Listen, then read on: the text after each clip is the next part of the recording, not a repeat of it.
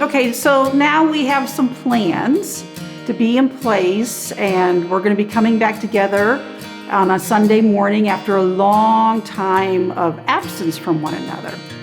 So we have some questions, and there's going to be some new procedures put in place. One of those will be that when you enter the building, you mask.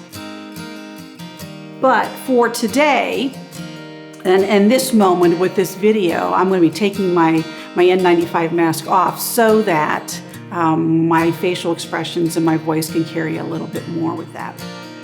So some of the things that are going to be happening, we're going to be excited for those who are able and willing to come out on September 12th to come back together. We need to right off remember, not everybody is going to be here for a variety of reasons. But please know that God is still able to hold our hearts together wherever we may worship. Now, because of some different things that have to be done when we gather on September 12th, we are going to have one entry door that will be open for everybody to come into, and that would be the Aiken Avenue Circle entrance. You can drop somebody off and then go park, or you may want to just find a close parking space and then walk together yourself. Once you enter the Aiken Avenue doors, before you go into the sanctuary, we'll have some ability and someone will greet you and welcome you and offer you an N95 mask if you would prefer to wear that, just because they are a little bit better than even some of the cloth masks that you may have been wearing. But everybody will get one of those. And there's also going to be a time where we're going to be getting some information, and that will be contact information that if something happens where we need to get in touch with you or you need to know who was around you, that we can do that. But once you go into the sanctuary, you'll be led to a place where we can see where we're going to practice the proper physical distancing from one another. And that leads us to a huge difference that some of you may have a family pew that you have been sitting in for ages and generations.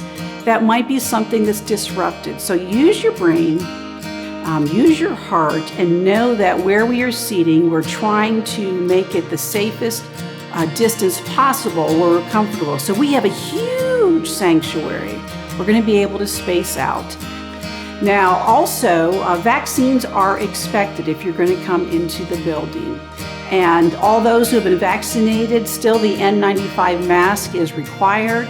This is so that those who cannot be vaccinated, like our children cannot be vaccinated. We must step up and protect our children. Also available at many different doors and in many different spaces is hand sanitizer that you can use as much as you want, and we'll also have those masks available for everybody that wants to use them. And it's also, we have learned, one of the things that we have learned over the last 18, 19 months is that COVID, the coronavirus, does not stay on the surfaces as long as we first were led to believe and understand. But that doesn't negate the fact that we need to be a cleanly people. And so we do have a machine that will go on after worship is over that will sanitize the pews. And I think that's important to remember and to know that we will keep our sanctuary clean. Along with that, one of the things that you'll be able to take away with you from worship is one of our guiding visions, one of our living stones will be on a bookmark, a card for you to take with you that has the contact information for the church. So our website, our email, even the phone number that you can call in if for some reason you need to call in, and you can do it anonymously for everybody, that if you were around somebody who had COVID, or if you yourself test positive for COVID, that we can let those who were around you that need to be contacted so that they can be tested for COVID. Hello and welcome to First United Methodist Church of Pittsburgh. I've had the opportunity to meet many of you, and I've also done another brief interview of myself explaining what my responsibilities are here at the church. As we move forward with in-person service, I just wanted to take a couple of seconds to go over a few things that we've been working on to help better the environment here and keep people safe. One of the things directly behind me is we've actually gone through and updated the nursery. We've removed some old wallpaper, we've given it a fresh coat of paint, as well as we've done some trim work to make it cleaner and more pleasurable when you bring your little ones to service. In addition to keeping everyone safe, we've gone through and we've replaced many of the air filters on a regular basis to help keep contagions down, keep the air environment clean, and to keep everybody safe and happy. And keeping people safe and happy, we can also move forward to some things that we'd like to focus on in case of emergencies, such as the AED. If someone should have a heart issue and there is an emergency, we have an AED located right outside the sanctuary area in the main hallway. Plus, in the sanctuary area, we have multiple fire extinguishers set up for your safety. In the back, there are 2 against the bride and the groom's area, as well as 2 by the main altar. So in the case of an emergency or a fire, we do have accessible fire extinguishers available to you. Also, what we've gone ahead to do in doing is providing parking spaces for everyone. We've painted the lines, we've created accessible parking spots for people with disabilities. So there's one up on the front, right by the main doorway, and there's also one in the lower area as well. So as you move forward in the church and we come back to in-person service, we just wanted everybody to be aware of these few things. And also, as you come back and we welcome you with open arms, please let us know if there's anything you see, you have questions or comments, so I'd be happy to address them. Again, my name is Nelson Viola. I handle the maintenance and facilities for the church, and I welcome any feedback or comments you may have. Thank you. Hi, kids.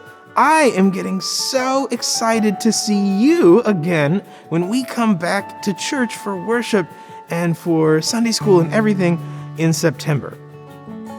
So, I want to tell you a little bit about some of the things that we are going to do, you and I are going to do to help love each other by keeping each other safe. So one thing is, we're all going to wear our face coverings over our face all the time. Because that helps to keep us from breathing germs on other people. And another thing that we're going to do is we're going to stay separated from one another. So I bought these fun little circles that will go down on the carpet so that when we come together for our family time, and even when we gather in the chapel for just worship and when we sit in Sunday school, we'll be able to spread out and everybody can choose their favorite color to sit on. So that we don't pile up on top of each other.